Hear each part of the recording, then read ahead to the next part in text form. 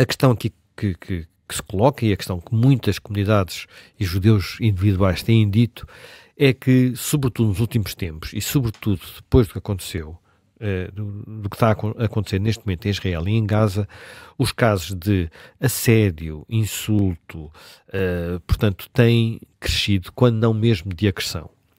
E muitos desses casos não têm nada a ver diretamente. É porque as pessoas estão revoltadas com a guerra em Gaza. Em Nova Iorque ainda não tinha começado a guerra em Gaza. Quer dizer, tinha começado porque tinha havido o 7 de outubro e tinha havido aqueles massacres todos. Mas não tinha havido operação militar nenhuma israelita e já tinha havido estudantes judeus cercados dentro de uma biblioteca. Portanto, há aqui digamos, um ambiente que eu não vivo. Eu não sou judeu. Quer dizer, como português, todos nós temos de ter um bocado de sangue judeu, não é? Mas nunca fiz o teste para saber, um dia de fazer. Portanto, nós, não sei dizer, mas o testemunho que chega é que ele existe. Agora, há muitas pessoas que consideram que uma coisa é o antissemitismo histórico, cultural, clássico, racista, isto há várias variantes, e digamos, uma coisa chamada antisionismo, que é a oposição à ideia sionista. Eu acho que nós temos que perceber um bocadinho melhor o que é a ideia sionista para perceber se de alguma forma ser antisionista pode ou não ser a mesma coisa que ser antissemita. Na minha perspectiva não é a mesma coisa, mas pode levar ao mesmo resultado. Muito rapidamente. A questão digamos, do povo judeu e da história dos judeus é uma coisa que remonta à antiguidade e, portanto, e houve sempre, historicamente, um conjunto de preconceitos que se manifestaram em formas, muitas vezes apenas segregação, noutras vezes perseguição, em muitos momentos e em muitos países e em muitas regiões. Por exemplo, Portugal, durante muito tempo, a Península Ibérica, durante muito tempo, foi um sítio onde os judeus viviam em relativa tranquilidade, até à expulsão, portanto, no final do século XV, início do século XVI, e a Inquisição que veio a seguir, era um sítio tranquilo. Por contraposição, por exemplo, ao Reino Unido, que mais tarde os acolheria, mas onde eles tinham sido expulsos muito mais cedo. As regiões da Europa onde viriam a acumular-se grandes comunidades judaicas, portanto, estamos a falar sobretudo da Europa Central e de Leste, onde havia os chamados judeus Ashkenazi, portanto, foram regiões onde nem sempre foi assim, se bem que depois aquilo tivesse começado a crescer muito. Os judeus no Mediterrâneo, os sefarditas, muitos partiram da Península Ibérica e depois espalharam-se por sítios muito diferentes. Os de Portugal, por exemplo, uns foram logo para o Norte de África, portanto, aquilo que é hoje Marrocos, outros foram para a Itália, depois outros foram para o Levante, portanto, a atual Grécia, Salónica, as cidades da Ásia Menor. Turquia também. Turquia, claro, a Ásia Menor. Mas muitos fizeram este caminho passando por Amsterdão, por exemplo, que foi uma cidade onde há uma sinagoga portuguesa, que é a sinagoga mais bonita e mais importante de Amsterdão, chama-se Sinagoga Portuguesa. Portanto, este foi sempre um povo que andou um bocado de um lado para o outro, viver em guetos, a exercer profissões que os outros não podiam ou não queriam exercer, que eram variadas, às vezes ligadas ao comércio, às vezes ligadas ao dinheiro, porque emprestar dinheiro foi o que na mitologia clássica é usura, portanto, emprestar dinheiro o que é? Um empresto sem para receber, enfim, um juro qualquer. Isso muitas vezes era visto por algumas religiões, incluindo entre os cristãos, muito também entre os muçulmanos, como sendo usura e sendo uma coisa que não se podia praticar. E, portanto, praticava quem podia. Os judeus podiam, praticavam, e foram muito importantes. Os banqueiros judeus estão muito ligados ao desenvolvimento económico da Europa desde a Idade Média, não é? Portanto, mas há alturas em que são obrigados a viver nos campos porque nas cidades não têm lugar. Enfim, houve sempre alguma segregação, porque, ao contrário, estamos a falar de sociedades que eram não eram homogéneas no sentido moderno do termo, mas em termos religiosos eram muito homogéneas. E havia ali um pequeno grupo de pessoas que não se convertia. Pronto. Se mantinha, porque é relativamente, eu diria que é relativo, a ideia de que todos podem ser da mesma religião foi uma ideia muito dominante nas civilizações europeias, não é? Portanto, e mesmo aquilo que hoje nós encontramos nas sociedades, que é muita variedade e muita diversidade, não existiu durante a maior parte do tempo. Quer dizer, houve uma conversão ao cristianismo, que durou, enfim, séculos, e depois a partir daí, quem não fosse era estranho. Mesmo dentro os próprios aderentes da religião islâmica, mais facilmente se convertiam do que um judeu, porque aí a questão tem uma história, uma cultura e uma mitologia diferente. E depois, a essa religião correspondiam alguns hábitos diferentes também. De comida, por exemplo, aquilo que se come ou não come, de festividades, uma quantidade de coisas. Portanto, isso fazia com que, e as sociedades humanas são todas assim, aquilo fosse sempre um grupo diferente e um grupo minoritário. E às vezes eram perseguidos num lado, outras vezes eram perseguidos no outro. Muitas vezes isto tinha a ver com questões de interesses políticos, de interesses económicos, de cálculos que não eram apenas cálculos religiosos. Isto mudou um bocado no século XIX. Portanto, porque numa altura em que se começaram as coisas a normalizar, apareceu também o chamado racismo científico. Portanto, o nosso preconceito racial, eu diria que é tão antigo como a humanidade, é o preconceito em relação ao que é diferente. Não é? O racismo científico são teorias que têm muito a ver com as teorias da evolução e a ideia de que há não apenas raças diferentes, como raças com características diferentes e superiores. Pronto. E nasce um racismo científico a partir do final do século XIX, século XX. Nesta altura, a maior parte, em muitas sociedades europeias, os judeus já tinham regressado e já estavam relativamente integrados. De Portugal foram expulsos, mas no século XIX começaram a regressar, começaram a haver sinagogas, nem sempre nos sítios onde nós hoje as encontramos as mais importantes. Por exemplo, as primeiras foram nos Açores, e que é onde hoje só há, enfim, há uma sinagoga que se pode visitar em São Miguel, não sei se há mais alguma em Ponta Delgada, não sei se há mais. Mas eles começaram, começaram a regressar a Portugal. Mas estavam noutras sociedades e tinham posições importantes, muitas vezes posições de relevo, muitas vezes posições de destaque, até por causa do papel que tiveram no mundo dos negócios. E isto, a mistura entre o preconceito, por um lado, e a inveja, portanto, que é uma coisa muito típica da natureza humana, levou a que em determinadas, a partir, enfim, começassem a aparecer muitas reações cada vez mais virulentas, anti-judaicas, no fundo antissemitas, portanto, em que os judeus tinham, coisas que nós hoje estamos sempre a ver regressar, por exemplo, teorias da conspiração. Teorias da conspiração, quer dizer, nós tivemos aqui neste estúdio alguém que sugeriu, portanto, no lugar onde estás sentado, no lugar onde eu estou sentado, a sugerir que com 11 de setembro os judeus morreram menos dos judeus do que se esperava, que tiveram informação antes. Que eles foram avisados.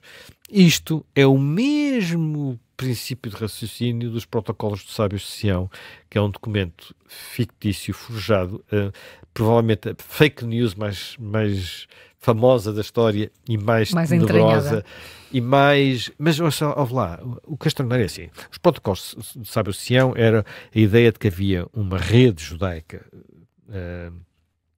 secreta que planeava o controle do mundo. Não sei se lembram do que é que disse aqui o Tanger Correia, que havia uns dominadores do mundo e depois quando lhe perguntámos quem era, ele só à altura citou a casa Rothschild. O Rothschild é que é judeu. Repara, está sempre... nós estamos no século XXI, os protocolos do século XIX é do século XIX, nós estamos em Portugal, aquilo nasceu, pensa-se, na Rússia, e estamos sempre a voltar ao mesmo, sempre a voltar a esta ideia de que há uns poderosos que nos querem dominar e que quando chega até o avião às Torres Gêmeas, eles não estão lá porque não querem morrer. Mas isso também leva a uma aura que se cria em torno deste povo, não é? Há aqui uma mística. Repara, esta aura, quando nós sabemos como é que isto se traduziu nas artes, na propaganda, e vemos nas caricaturas, por exemplo, nos preconceitos, na ideia do que é ser um judeu, isto é sempre muito horroroso, não é? Muito horroroso. Até porque isto depois levou, olha, acusações injustas, o caso mais conhecido, enfim, aquele que até de alguma forma está na origem, indiretamente na origem do movimento sionista, que é o caso de Dreyfus. Dreyfus era um militar do exército francês que foi falsamente acusado, que era judeu, falsamente acusado de espiar para a Alemanha e, portanto, foi condenado e depois a seguir... enfim, percebeu-se que aquilo era tudo e há coisas famosas, o acuso do Zola, que é sobre isso, por aí adiante. Bem, portanto, nessa altura, portanto, mesmo finaizinhos do século XIX, há um jornalista húngaro chamado Theodor Vezel que, precisamente depois de ter seguido esse caso de Dreyfus, diz, temos que resolver este problema, nós estamos sempre na corda bamba, não é? Com situações que até eram muito diferentes, quer dizer, há uma diferença muito grande entre o ambiente em que viviam as famílias Rothschild e outras que tinham um papel eram grandes banqueiros, os homens mais ricos do mundo. Considera-se que o Rothschild foi um dos homens mais ricos que jamais existiu, e os que viviam nas aldeias da Polónia profunda ou da Ucrânia profunda, que eram paupérrimos, não é? Portanto, havia de tudo, mas sempre com este pano de fundo, e ele cria um movimento e faz um congresso e faz um livro a dizer, bem, é preciso encontrar uma pátria para os judeus, portanto, em vez de estarmos aqui todos em guetos, espalhados, perseguidos, acusados falsamente, juntamos e fazemos o nosso próprio país. O que corresponde muito àquilo que era o sentimento da época, o espírito do tempo. Estamos num tempo em que a Europa dos impérios está a transformar na Europa das nações. E, a nível global, o nacionalismo, a ideia de que a cada povo deve corresponder a uma nação, é algo que está... que é considerado a primavera dos povos. Repara, é o progressismo da época. Portanto, é a ideia de que temos que caminhar neste sentido. E, portanto, aquilo que nunca tinha existido na Europa, que é uma miríade de nações, começam a despontar. Às vezes, algumas delas só se tornaram verdadeiras nações independentes há 20 ou 30 anos, por exemplo. Todo aquele mosaico da antiga, dos Balcãs, da Jugoslávia, a Eslovénia, a Croácia, a Bósnia, por aí adiante, não é? Tudo isso estava tudo dentro, uma parte do Império Otomano, outra parte do Império Austríaco. Alguns destes impérios tinham enorme, digamos, tolerância para as diferentes nacionalidades, e mesmo as cidades eram muito, muito, muito misturadas, tinham gente muito diferente. Isto vai mudar.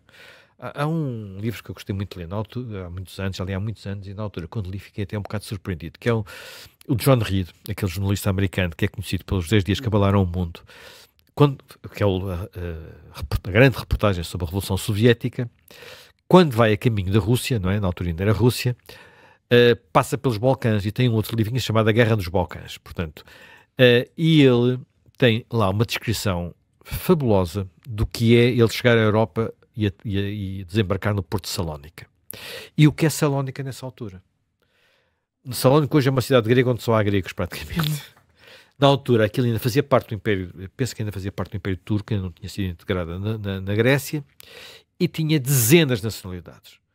Portanto, os bairros misturavam-se uns com os outros. Portanto, era um mosaico autêntico que nós hoje voltamos outra vez a ter cidades assim, de alguma forma, em que as grandes metrópoles europeias têm lados parecidos com este, em que tudo se mistura, em que há um restaurante diferente em cada esquina, mas isso existia no século XIX também em alguns sítios da Europa, e depois foi muito consumido pelo nacionalismo ou destruído pelos nacionalismos, mas que na altura eram vistos como libertadores. Pronto.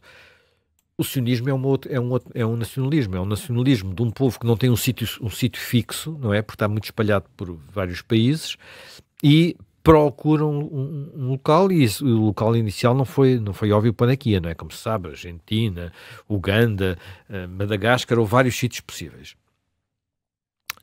acabaram por, no início do século XIX, começar, não foi bem no início do século XX, perdão, no início do século XX, enfim, havia uma comunidade na Palestina, já existiam lá, os judeus nunca saíram completamente lá, não é? Portanto, havia lá muitos, mas a partir da Primeira Guerra Mundial e do fim do Império Otomano as coisas mudam. E, portanto, agora não vou contar a história toda, não interessa, há a Declaração de Balfour, há a independência, e é criado o Estado de Israel. E a partir daí a questão passa a haver uma tensão nova que passa a dominar muito estas questões, que é a questão de saber se o Estado de Israel é ou não um Estado racista, porque corresponde a uma ideia nacional. Quer dizer, na verdade, se fôssemos levar o argumento de que qualquer ideia nacional corresponde a um Estado racista, não sei onde é que chegamos, mas aquilo que é preciso determinar é se o Estado obriga de alguma forma todos a serem judeus. Não, não obriga. Não obriga. Obriga todos a terem religião judaica. Não, não obriga. Dá direitos, quer dizer, em Israel, apesar enfim, de tudo o que aconteceu e das guerras todas, há árabes no Supremo Tribunal. Nas Forças Armadas é que é mais complicado por razões que se compreendem.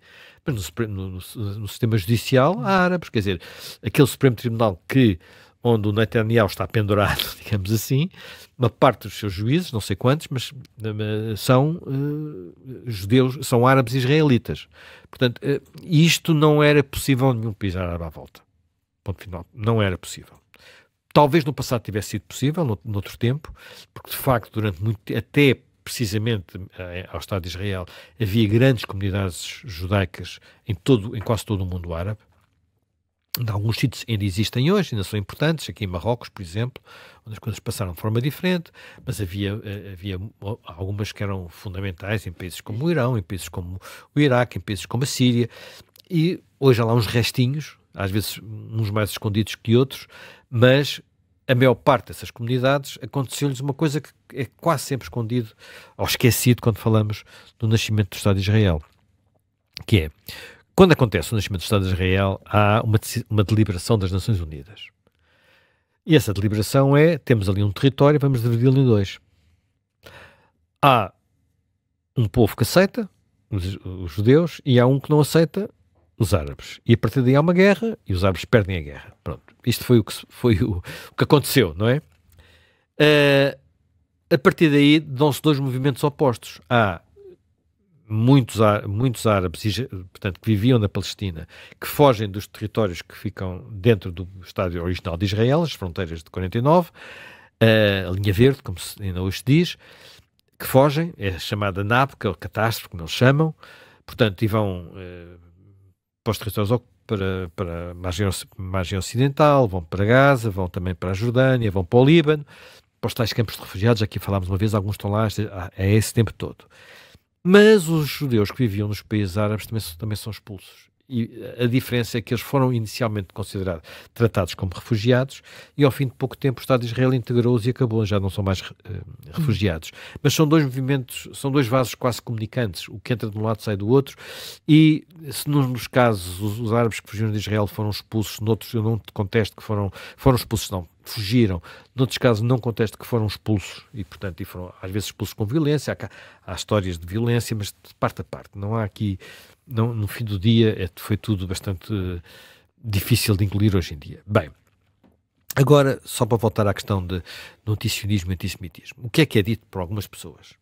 Eu vou ler aqui um tweet de um jornalista, publicado no dia 2 de maio, e ele diz o seguinte: desculpem se a carapuça vos serve, mas se vocês acreditam no direito de Israel a existir, como Estado, são sionistas. Não interessa se são contra colonatos, se são contra o apartheid, se são contra o Netanyahu. Se para vocês a Palestina não é toda a Palestina, são sionistas. Portanto, isto, não vou dizer quem é o nome, isto é um tweet, está quem quiser, na altura em que eu fiz o print screen, tinha 240 comentários, portanto... Suscitou, abanou. Suscitou alguma discussão. Portanto... o que é isto? Isto é apenas aquilo que, na minha perspectiva, faz parte do jogo normal, que é termos um Estado, um governo e termos pluralismo e crítica e debate e muitas opções diferentes e podermos discutir o que se faz é bem feito ou mal feito, ou negar por isso simplesmente o direito desse Estado a existir. Portanto, o que ele está aqui a dizer, e eu conheci outras pessoas assim, e conheço outras pessoas assim, é que Israel não tem direito de existir, porque há uma precedência de presença naquele lugar. Os judeus, quando chegaram, eram colonos, invasores. Atenção, é este o discurso. Porque, o que é que dizem? Os judeus que fugiam da Europa, porque na Europa eram perseguidos, foram para Israel não como fugitivos, mas como servidores da ideologia sionista. A ideologia sionista é uma ideologia europeia, portanto é um colonialismo. É este o argumento. Portanto, eu estou a sintetizar basicamente, mas é este o argumento. Ora, movimentos de populações sempre houve. Portanto, na época em que o sionismo nasceu, os nacionalismos eram uma forma de afirmação das diferentes identidades. Portanto, e não é a única situação em que, para o nacionalismo se afirmar, houve movimentação de populações, como se costuma dizer, não é? E houve muitas em muitas partes do mundo, e sempre houve muitas em muitas partes do mundo, e ainda hoje, infelizmente, há. Enfim, não sei se já deves ter estado na Turquia, com certeza. Ainda não. Ainda não estiveste na Turquia, pronto. Mas devia, não era? Devia.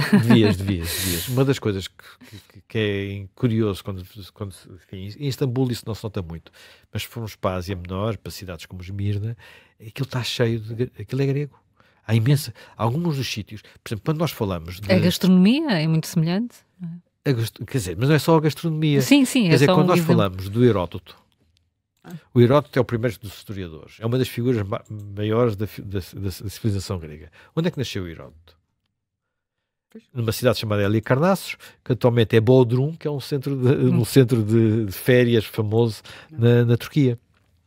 E há muitos outros exemplos, quer dizer, a parte dos filósofos não são de Atenas, e ainda menos de Esparta, não é? São das cidades dali, de Éfeso e por aí adiante, naquela zona da Ásia Menor. E, portanto, foram expulsos há 100 anos. E os turcos, que eram quase a maioria, por exemplo, uma ilha como Creta, foram expulsos em direção contrária. Isto é bom? Não, não é bom.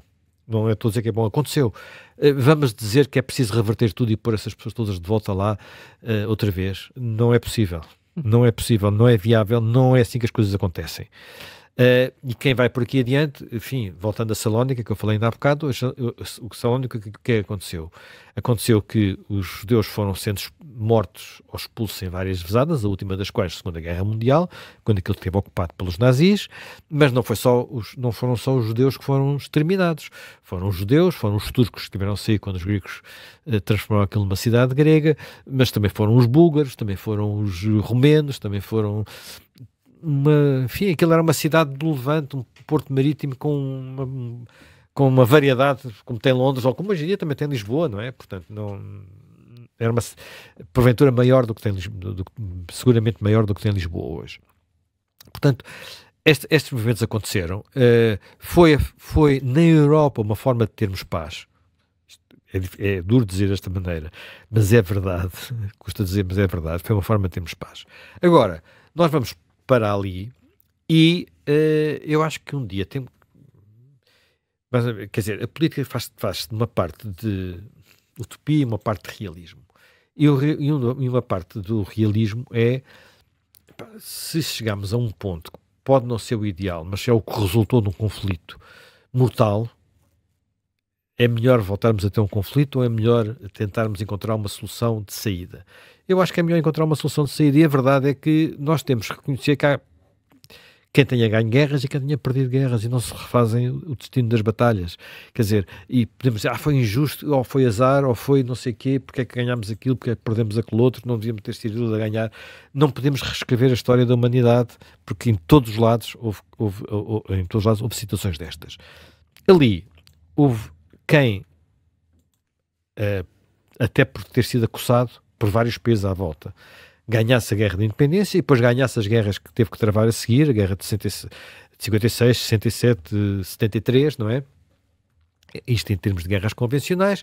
E agora o que temos que pensar não é eliminar o Estado de Israel. Temos que tentar encontrar a forma, ver se há forma de se viver ali em paz. Ora, o significado do 7 de outubro foi tentar impedir uma forma de viver ali em paz que não fosse aquela que passa por eliminar o Estado de Israel. É este o significado do 7 de outubro e, portanto, todos os que, no fundo, defendem a mesma ideia, no limite acham que aquilo só existe. E o argumento que prossegue este argumento é que quem lá estava primeiro eram os palestinianos e, portanto, quem chegou depois tem que se ir embora. O que quer dizer que, no limite, nós tínhamos que rearrumar todo... Eu nem sei aqui em Portugal quem é que chegou primeiro ou quem chegou depois, se voltamos aqui aos suevos, aos... Não sei bem onde é que a gente tem que ir para pôr isso tudo direito. Quer dizer, não é assim que a história se faz ou se fez, ou sequer se obtém a justiça. Aquilo que faz sentido discutir, eu já me estou a estender muito, portanto, aquilo que faz sentido discutir parece-me ser quais são as soluções de saída. E nas soluções de saída, a clássica é os dois Estados. Portanto, vamos voltar à solução das Nações Unidas, com fronteiras mais ou menos diferentes, mais ou menos parecidas. Reparemos que até hoje, raramente, quer dizer, exceto muito transitoriamente, e nos acordos, apenas durante a fase de vigência dos acordos de Oslo, houve lideranças palestinianas que aceitassem este princípio,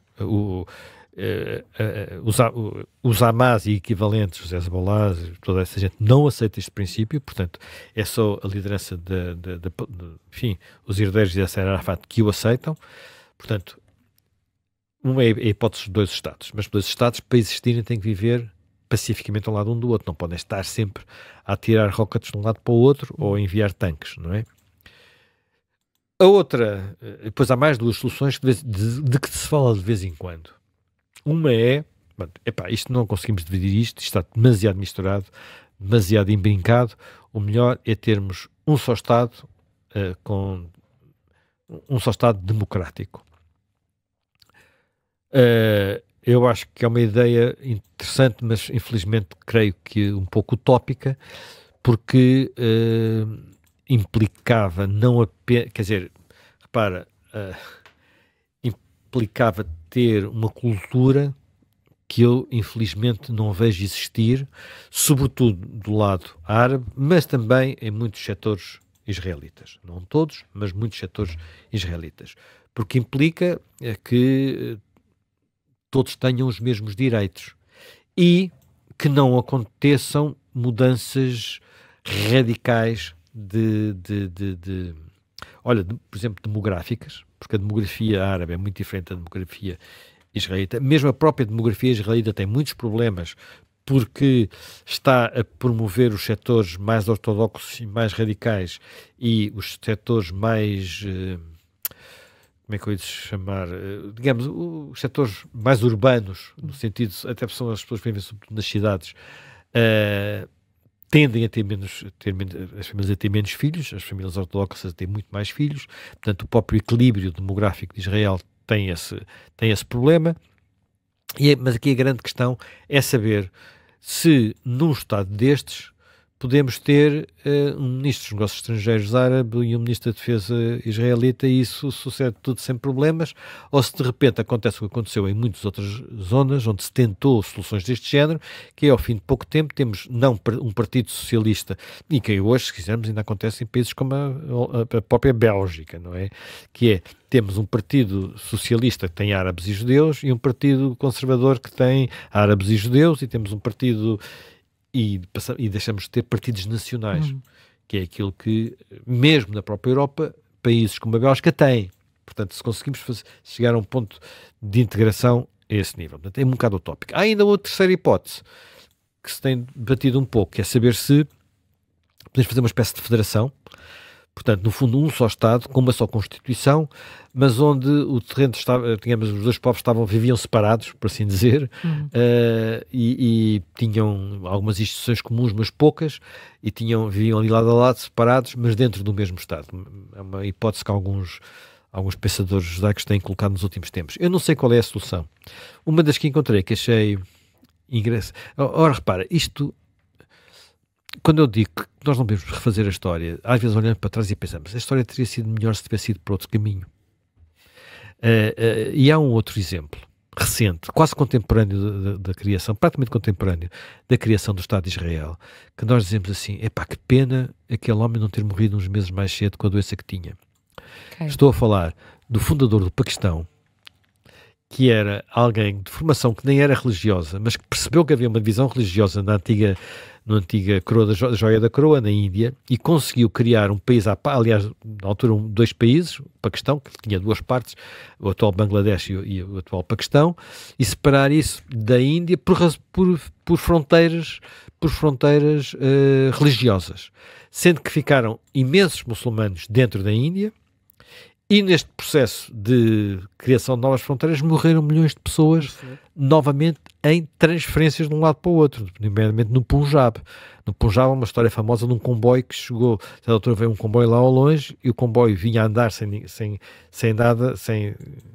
maquinista, porque vinha cheio de cadáveres. Tinham enchido o comboio com cadáveres e tinham posto a andar para levarem os cadáveres para o outro lado. Portanto, passaram-se coisas horríveis na separação da Índia e do Paquistão. Ainda hoje não está resolvido, ainda hoje há guerras em Caxemira, por exemplo. Em Caxemira é uma paz, nunca mais está lá a paz. Portanto, nós estamos muito centrados e muito focados nestas questões ali em Israel. É óbvio que, mas temos que não esquecer aquilo que ainda hoje de manhã o Miguel Pinheiro falava aqui. Uma coisa é nós desejarmos um cessar-fogo em Gaza, e creio que todas as pessoas de bem o desejarão. Outra coisa é achar que podemos congelar a situação sem, resolver a questão dos reféns e sem dar nenhumas garantias que toda a gente que ali vive de um lado e do outro vai continuar a viver numa espécie de império do medo.